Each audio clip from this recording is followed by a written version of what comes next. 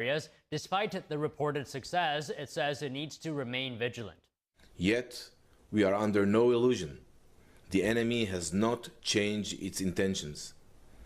Through this operation, we were able to achieve our objective to prevent an existential threat to Israel, the region, and the Western world. We remain alert on all fronts. We are preparing for a variety of scenarios and continuing to operate against Hamas in Gaza, alongside our efforts to return all hostages. The mission is not yet complete. 50 hostages remain in captivity. Israel attacked Iran on June 13th, targeting its nuclear sites, defense systems, high-ranking military officials, and atomic scientists. Israel said it killed around 30 Iranian commanders and 11 nuclear scientists in 12 days of strikes. It also hit 8 nuclear-related facilities and more than 720 military infrastructure sites. Israel's Air Force carried out intense airstrikes today in the south of Lebanon. It says it targeted underground assets of the Hezbollah terrorist group. The Israeli military also released a video today showing what it says are troops operating in northern Gaza. A second video shows the dismantling of a tunnel.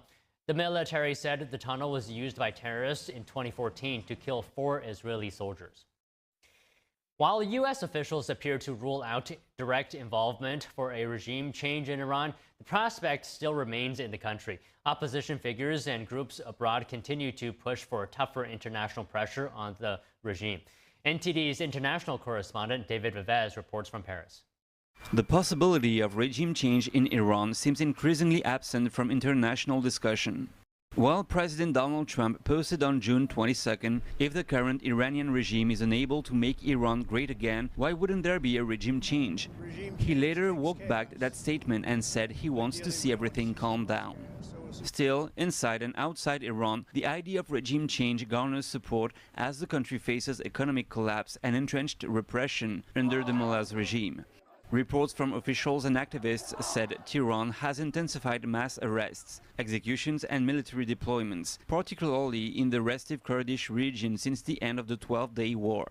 According to Shahin Nezad, spokesperson for the Iran Resurgence Movement, Israel's strikes have been welcomed by much of the Iranian population, especially since they targeted regime infrastructure and government figures linked to the violent suppression of protesters.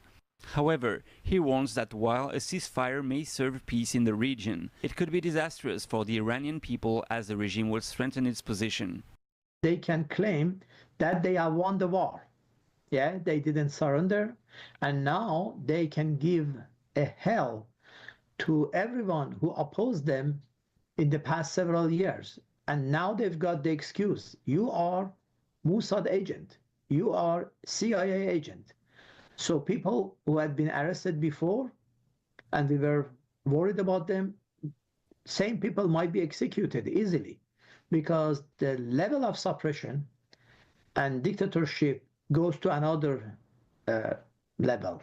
Iran's men's opposition organizations outside the country, such as the Iranian Resurgence Movement, the Shah's son, exiled Crown Prince Reza Pahlavi, and the National Council of Resistance of Iran, or NCRI, believe that change is possible through tougher policies against the regime and stronger support for the Iranian people. According to NCRI spokesperson Shahin Gobadi, appeasement would be the worst-case scenario. The fact of the matter is that every penny, every dime, every dollar that this regime gets is either used to repress the Iranian people or to finance terrorist groups or to advance nuclear and ballistic missiles, or it is plundered by the mullah's regime's leaders and the commanders of the IRGC. Both NCRI and the Iran Resurgence Movement strongly oppose the JCPOA, the Iran nuclear deal brokered under the Obama administration and supported by the EU. Gobadi says the policy failed to curb terrorism or halt Iran's nuclear ambitions. There has been 5 nationwide uprisings in Iran since December 2017, and each of them getting more inclusive, stronger, and more people involved. The last round in September 22, all the way to the early 2023, was in all 31 provinces of Iran in some 300 cities and towns. It gives you a good sentiment that how the change would come. It definitely would be through an uprising by the Iranian people, and as I said, looking at the trajectory and the trend, This is inevitable. Some analysts warn that the collapse of the mullah's regime could open the door to chaos, which may not serve the interests of Israel or the United States. But opposition groups like NCRI and Iran Resurgence stress that they, along with many Iranians, seek democracy, a secular state, and restored ties with Western nations. David Vives, NTD News, Paris. The U.S. ambassador to Russia is leaving Moscow. The career diplomat's departure comes as Russia and the United States discuss restoring relations after Moscow invaded Ukraine in 2022. Lynn Tracy arrived in Moscow in January